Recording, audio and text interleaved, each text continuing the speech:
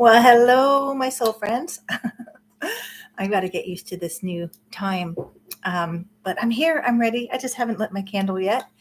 But welcome to the Soul Nurture channel where I go live on Tuesdays for what I like to think of as transformational Tuesdays. But today is a special day. Hi, Jamie. Welcome. Today is a special day. I'm just lighting my candle, doing my little ritual before I go live. A little late, but you get to see what I do before I light, before a session, before um, my lives. I love that I can say my lives because I've been doing it consistently, and it's kind of a thing now. And this Tuesday happens to be the full moon in Scorpio, so I'm going to do something new today to honor that. I normally do a longer version of my intuitive take on what the full moon or the new moon, I do new moon and full moon, may offer. And then I have been doing a shorter video called A Few Moments with the Moon in Your Soul, which is just a condensed, real quick look. But when I realized the time frame and that my live was the night of the full moon, which is actually happening in a few minutes. So how cool is this? So the intention of lives is just to hold a space for anyone who needs to kind of connect with others. My intention, my vision is this will grow into a little bit of an online community, and maybe at some point I'll do some Zoom offerings, and we'll see. It's just growing. But right now, it's just a practice of me showing up and offering what I have from my heart and soul to yours, and hopefully something I offer helps you, meets you right where you are, and helps you in a way that just encourages you, inspires you, and reminds you, well, number one, you're not alone, and number two, that there's a beautiful purpose unfolding here that we're all in, and we're in a massive collective transformational cycle. This is what brought me back to the symbolic language of astrology, which is what I think of it. And by the way, this is not my main tool. I am a transformational hypnotherapist, a Jungian trained or Jungian-based spiritual director, which is another long way of saying a soul guide or an Anamkara, a soul friend. I also have a lot of training in other healing modalities, but astrology is just another way of, because I like to look at the world through a symbolic lens, through the great mystery of, and I do believe that in this mystery unfolding, creator, the universe, however you connect, is guiding us in every way, in many ways, and so learning to look through the lens with a symbolic perspective, which is the soul's language, we get more depth in understanding what's going on and how we're unfolding and how it's meant for us and not against us. So that's why I like to look at the symbolic language, which is it's a language I started learning when I was about 15. And I'm telling you, I picked it back up in 2020 in a more profound way.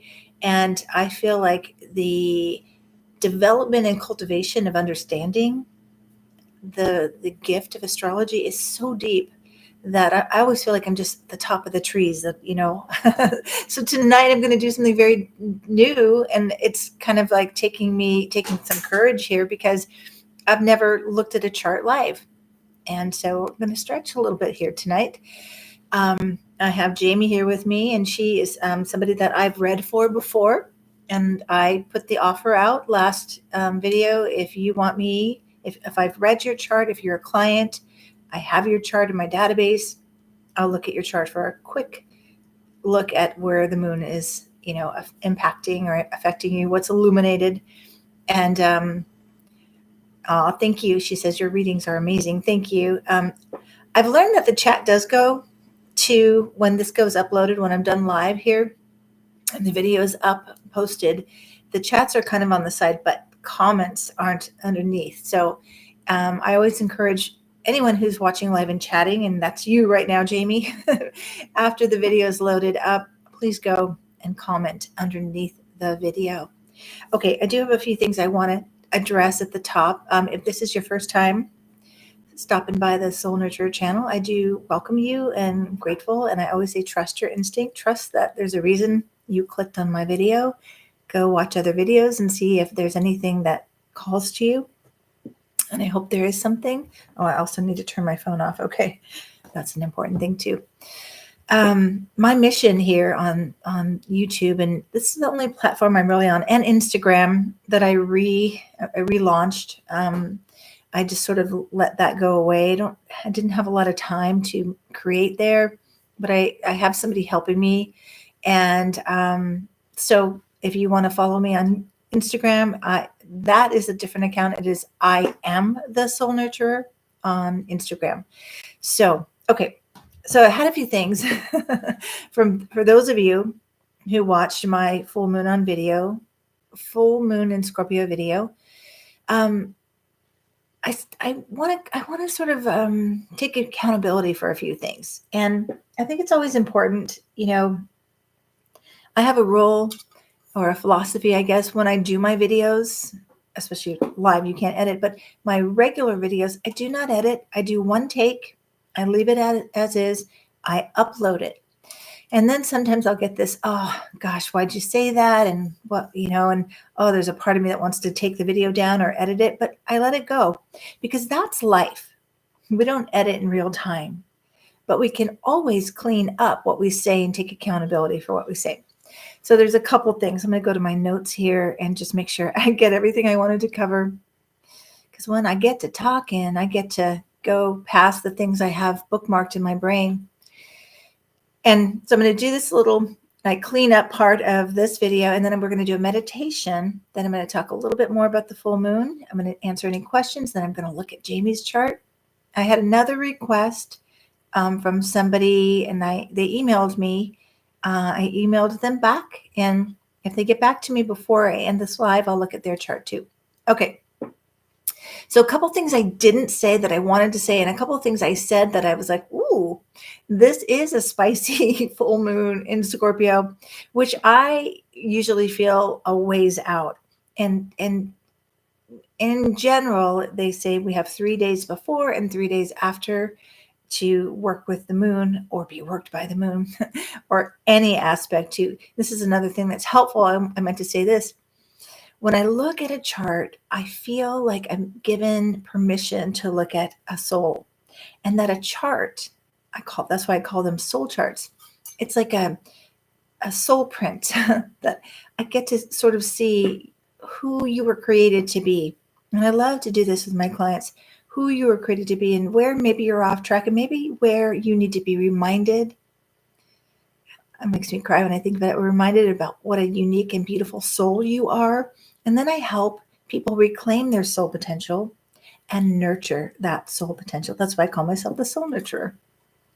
So I think it's just a really powerful thing to be aware of. So I wanted to say, people that are drawn to me as clients or on this channel are typically, oftentimes, empaths. Okay? Empaths feel deeply. They're like walking sponges. They collect the feelings and the energy of everybody else. Very sensitive souls.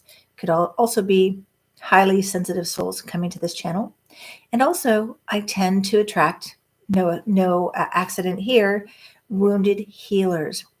Those who relate to the archetype of the wounded healer. And this is the archetype of, connected to Chiron, connected to the centaur that was wounded, and long story. And I've got videos on this, but in a nutshell, those who have been wounded by life and then want to find ways to help heal and working on healing themselves. And in doing so, cultivated what I call soul medicine, the gifts that we give to others and that we learn to take for ourselves, right? So I wanted to touch on empaths because in my longer video, which wasn't that long, but I think it was under 30 minutes. And how many of you watched it, by the way? Did you watch it? Because I didn't get a lot of comments there or likes, but you can go back and watch it. Remember, you've got 3 more days to work with it.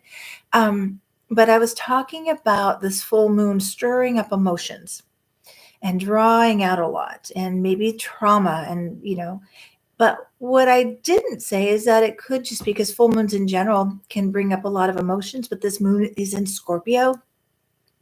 And what I didn't say is that empaths, sometimes you don't know, is it yours or somebody else's?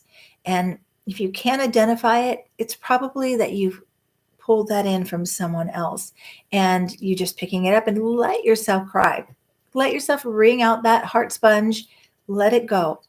And full moons, we do think about it as a releasing cycle. Full moons are like, with the new moon, we inhale, we have inspiration, we set new moon intentions, and then the full moon is the exhale, the release.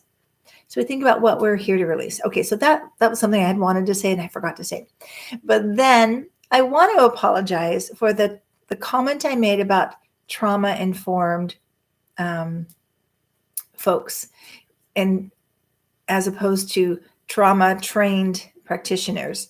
And when I watched that, and I don't often go back and watch, but I watched and I was like, that was a little, it wasn't necessary. That Socrates had that acronym. I don't know if it's from Socrates. I've learned it as if it was from Socrates, for think. Like, think before you speak. Think. Is it thoughtful? H, is it helpful? I, is it important? N, is it necessary? And the main one that really touches me is K, is it kind? And I didn't feel like that was kind, and I don't even think it was necessary. And the truth is, there are people who are trauma informed, and they have received training, and that's how they articulate it. So I just wanted to clean that up because it didn't feel good on my end, and I didn't want to hurt anybody out there with that comment. So I'm cleaning that up. Okay. And then I think that was it. So, sometimes the more comfortable I get here in particular, that's what's happening in real time. So I don't apologize for letting myself express in an authentic way, but I did want to clean it up in the way I said it. Okay. Trauma work is so important. And anybody that takes the time to learn about trauma work, that's awesome. That's beautiful. So there. Okay. And lastly, in classic Mercury retrograde fashion, I said the wrong date on that video of when Mercury is going direct. And so let me clean that up. It is going direct on the 25th. So 2 days after this full moon at 5:54 a.m. Pacific time. Okay. I just, like, those things were really kind of niggling in my mind, and I wanted to clean them up. And it's something I recommend in real time in your life, in your relationships. If you feel like you could have done something better, do a reset. Go back and clean that up. Okay. All right. So I'm going to take a sip of water because I'm super thirsty, and I'm going to look at my notes and my comments or chats, I guess. Let's see. Thank you for watching, Jamie. And then this has been a very emotional time. Yeah, there's been a lot going on. It's like these transformational buildup cycles, like the wave right now of the moon Scorpio, and then crashing down and coming back up. There's been a lot of turbulence. Jupiter conjunct Uranus. That's still active. It's not exact right now. They're separating, but still very much part of this full moon. Mars and Neptune are conjunct. There's like a fly flying around me here. I will not be bothered. I do understand why they're called bugs. Anyway, I will not be distracted. I promise. Okay, where was I? Oh, you know what? Let me just pull up the chart. I'm trying to learn on lives how I can look at charts while being live. I think I have to do it through Zoom, and I don't know how to do that. And I also wanted to play a song for you today for meditation. I don't know how to do that. I was looking into it. It was too complicated. So I said, nope, not doing that today. But let me look at the chart for today. Full moon Scorpio, which, yep, we just went past it at 4:49. It was exact 4:49 p.m. Pacific time. And so there's, we've got a T-square. That's the other thing. So T-square, if I could show you my chart, is an opposition where two or more of those planets in opposition are square to, so in this case, the sun is square Pluto, moon is square Pluto today. And then they're in opposition. So that's what's called a T-square. T-squares can add more intensity. So already we have a moon in Scorpio, intense alone. Full moon, intense on its own. Full moon in Scorpio, even more intense. And then we have a T-square to add. Well, intensity, if you watch the last video, I think this was the perfect image that came. There's a certain kind of seed, like the eucalyptus tree. The seeds for that require, and there's a few others, and I don't remember them right now, require the intensity of a fire to crack open the seed, to let the potential come out. So that's what I think about this full moon in Scorpio. This intensity is cracking us open so we can shed the old ways, shed the old way of being, living, in this confined space, cracked open to bring our potential forward. And yeah, it is like rebirth, right? This is also rebirthing. Whenever Scorpio is in the mix, moon in Scorpio, and then those squares to Pluto, very scorpionic, this is rebirthing, right? So I can imagine why, Jamie, you're feeling that level of, intensity. Let me come back to you. Emotional time. Okay. So I guess what I'll do, I was going to go into talking about, let me just talk about the tools to use. And then I'm just going to pop into your chart. Jamie, how does that sound? I'll just keep it short and sweet. It's just you and I. I had a few emails, people saying they were going to show up, and it's just us. That's how it goes. That's how it rolls. But I did want to speak to tools, transformational tools, to help you kind of really lean in and will work with the potential, work with the opportunities present instead of being worked by them. Okay, so shadow work is key. And I made a few prompts, and I'll just share them here. I had thought maybe we'd go through the prompts together, but then I got this idea. I look at charts, so we're doing that. Okay, so I'll just put them here, and you can do them on your own, journaling. 2 things I would encourage you to do. These prompts, and I'm looking for them, and because they're not there, they're somewhere else. While I'm looking for those, the other sort of way to work with this is to purge out all of your resentments, write them on paper, all of your regrets, all of the shame stories that you're still holding on to. This is connected to shadow too. And all of the places you've yet to forgive people. And I know this one's hard. I know. And if you're not ready to completely forgive and let go of, say, people who have really hurt you, just know that you holding on to that is hurting you more. So this is for you. Forgiveness is to give yourself the freedom from that attachment. So if you can't get to, I forgive so-and-so, right? I'm willing to. So just put that offering to the universe. I'm willing. I'm not quite there yet, but maybe you can help me. And then shred that or burn that. That's really, really key. So now I'll do these prompts. I'm just going to read them. I'm not going to wait for you all to do them in real time. Just for you. Actually, you know what? I'm going to do a separate video on that because I'd like to do it in a more spacious way. But shadow work, if you are familiar with shadow work, this is the time for that. And you may be noticing things popping up that are like, oh, I thought I dealt with that, or a lot of shame, a lot of intensity, or being triggered a lot. When we're triggered, we're right over a wound and usually shadow. Okay. All right. One last thing. I'll just do a quick peek at my notes here. And no, I want to do the meditation. Thank you. It's a good thing I'm starting to do notes because the end of the day, this is the end of my day, and I'm kind of tired right now, and I'm forgetting the things I wanted to do, but thank goodness I wrote a note. So let's do a little drop in, and then Jamie, I will look at your chart. I promise. Here we go. So I invite you just to go ahead and close your eyes and turn within to your inner world. Just going into the sacred space.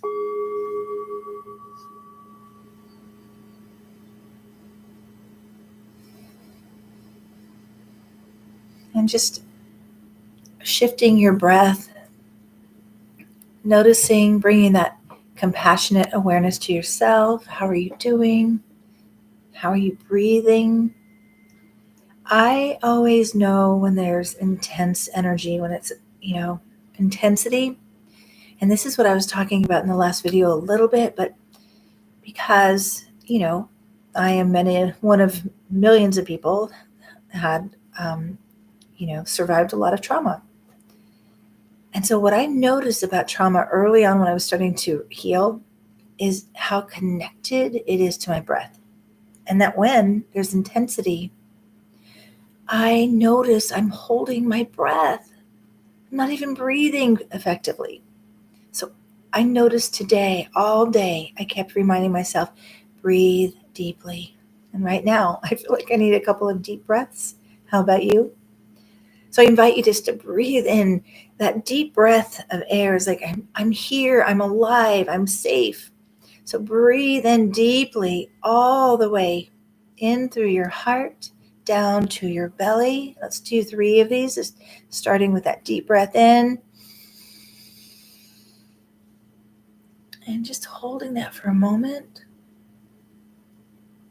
And now exhaling all fear and constriction.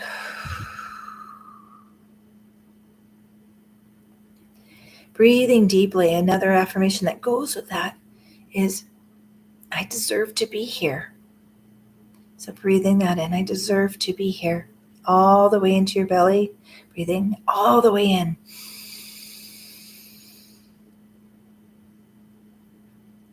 And exhaling. Since there's so much intensity, let's do one more. It's safe for me to be here. I am safe. And breathing in deeply. It is safe for me to be here. I am safe. And exhaling. Letting it all go. Just putting your hands on your thighs or on your heart, making that connection. Being present to yourself, being present to your inner world. Noticing, when there's a lot of intensity out in the world, how's your inner world doing? What has been shaken loose, surfacing up through this time of the Jupiter-Uranus conjunction and this now full moon in Scorpio? Has there been any old issues resurfacing? Anything that's feeling overwhelming or emotional? Give space, give way, you're safe.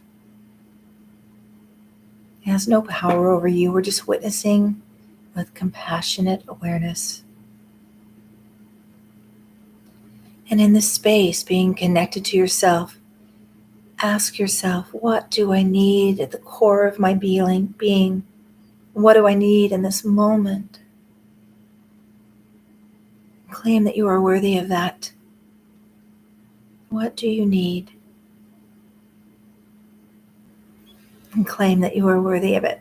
And breathe that into. Let's do another deep breath.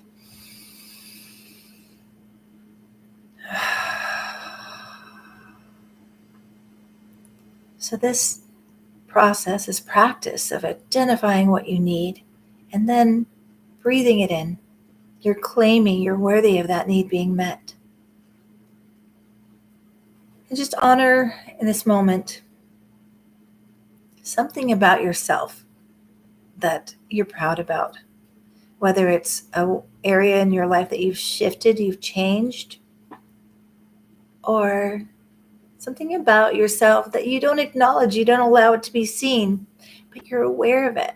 I want to honor that. And since we're doing shadow work in this season, I like you just to embrace some part of you that you have shame around, some way of being in your life or in your inner world.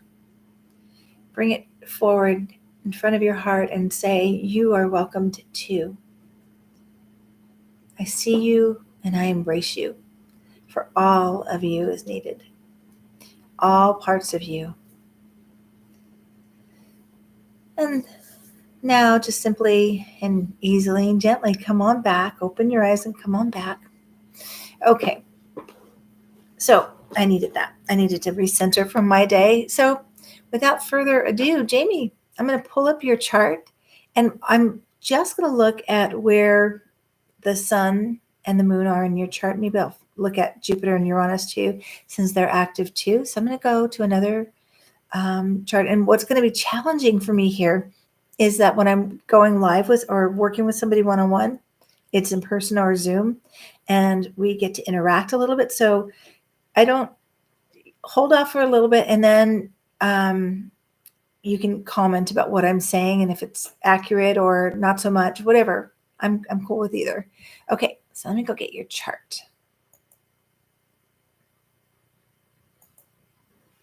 And take another sip of water. I've been so thirsty too. You know what I wanted? I almost emailed you, Jamie. I want to make sure. So just say yes or no. Is your birthday May 16th? And let me know.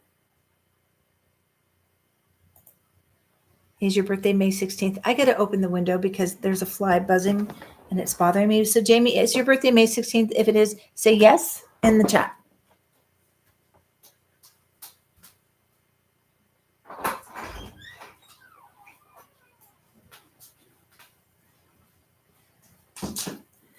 Okay. Yes. Okay, good. I have the right chart. Okay, here we go. So let me just tune into your chart here for a minute. It's been a while since I've looked at your chart.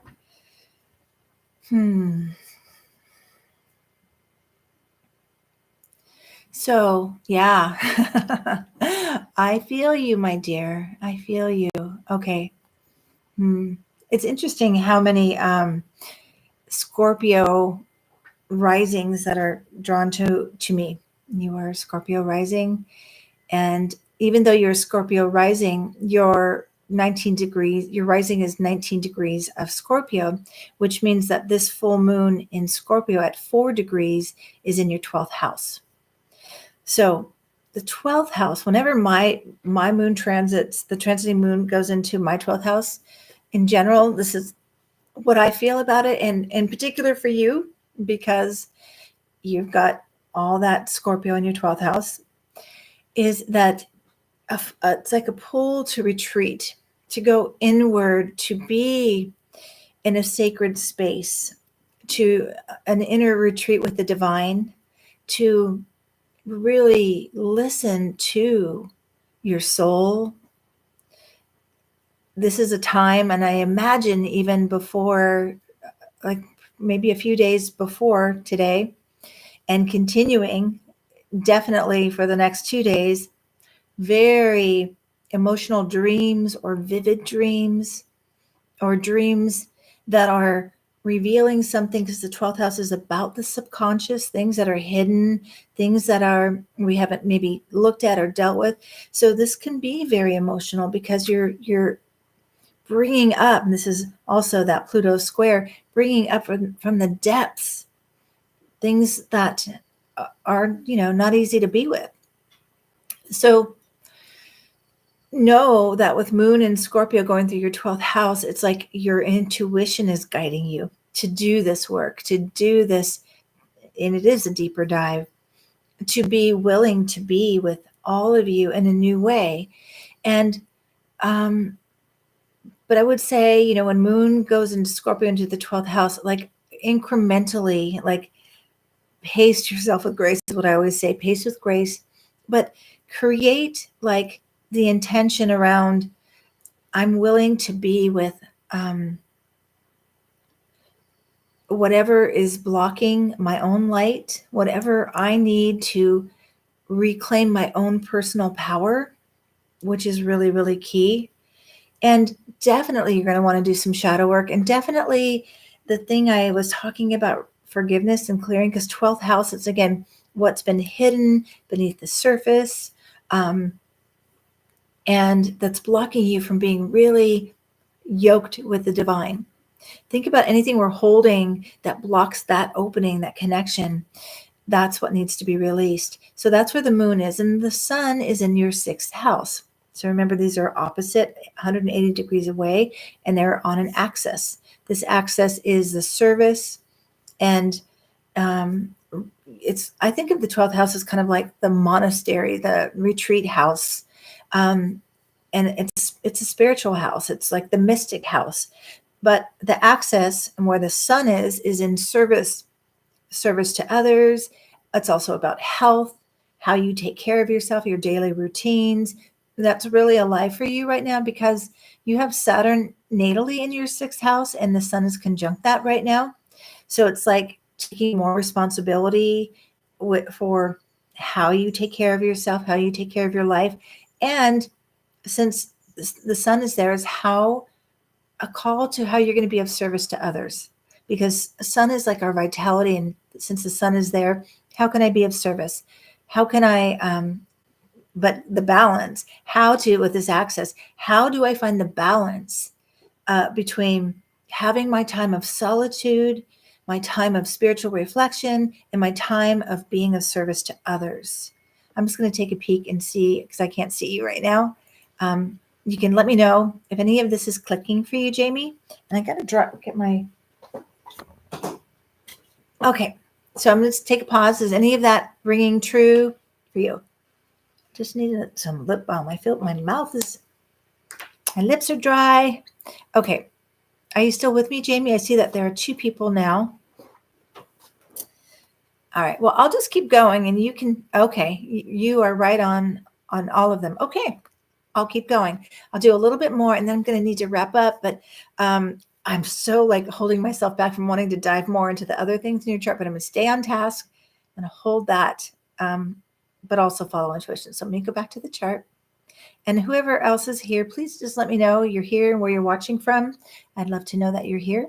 Okay, so you have also, the other thing that catches my eye is all this activity in your fifth house of...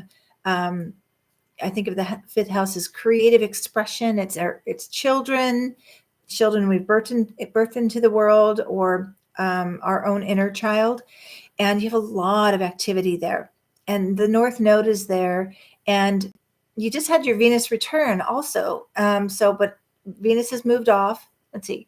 Venus, your Venus is at 15 at Aries. And yeah, so, I mean, you're still in conjunction, but your exact Venus return just happened. And now Mercury is conjuncting your Venus, your natal Venus.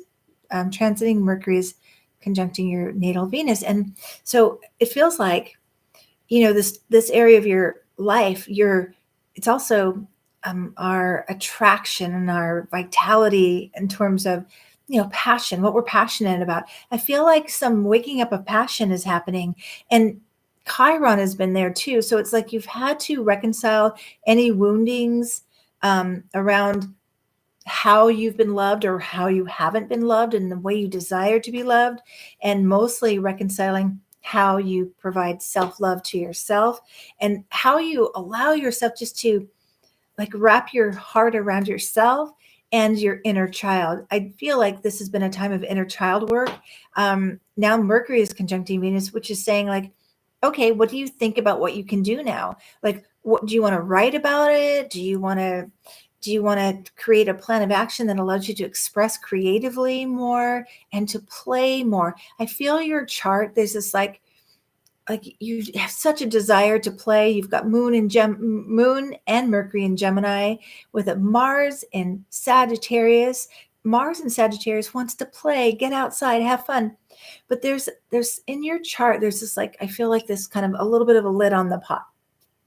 But I think that's breaking open. And I'm going to talk about Jupiter and Uranus next, and then I'm going to wrap up. But this is so juicy. I just had to say that, like, honor your creativity. Think outside of the box, get outside of the box. In fact, I'm going to give you a little soul assignment that I've been giving to some of my clients. I think this is going to be perfect for you and maybe other viewers. I want you to get like just a box, maybe you get something from Amazon, keep the box.